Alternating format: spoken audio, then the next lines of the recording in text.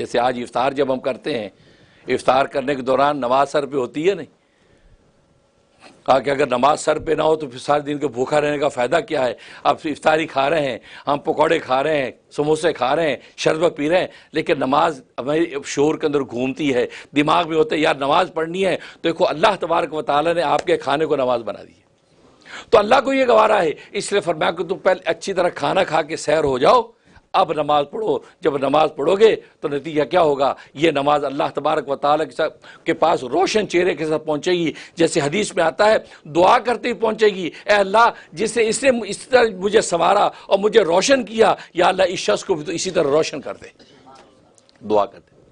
اور اگر ایسی نماز پڑھی کہ ہمیں نماز کے اندر جو کھانے کا خیال ہے، بار بار پیر مار رہے ہیں، امام صاحب پر بار بار جو ہے وہ پیر پٹک رہے ہیں کہ یار اتنی لمبی سورج شروع کر دی، یار امام صاحب کو تو کوئی دوسرا کام نہیں، یہ تو یہیں پڑے ہیں، پھر مولوی آدمی بجائے سوائے کھانے کا اور کام کیا ہے ان کا؟ وہ حضرت کی ملمت مجدد ملت مولانا اشرف علی تھانوی رحمہ اللہ تعالیٰ سے کسی نے کہا،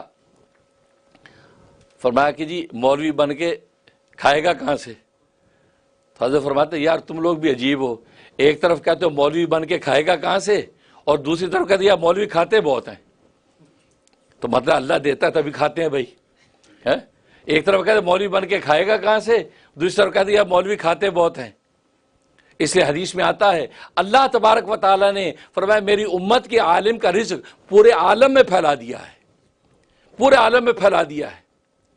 لہٰذا یہ عالم دنیا میں کسی بھی خطے پہ جاتا ہے اس کے لیے دسترخوان بچ جاتے ہیں، لوگ اس کے دعوت کا ٹائم لیتے ہیں، حضرت ہمارے گھر کھانا کھائیے، حضرت ہمارے گھر کھانا کھائیے، اور وہ کہتا ہے نہیں بھی میرے پاس ٹائم ہے، دوسرے کے پاس جانا ہے۔ تو لہٰذا علماء پوری دنیا میں پھرتے ہیں لیکن اپنی جیب سے نہیں، دسترخوانوں میں، کیونکہ حدیث میں نبی نے فرما دیا میری امت کے عالم کو اللہ نے یہ فضیلت عطا فرمائی، میری امت کے عالم کا رزق پورے عالم میں پھیلا دیا گیا ہے،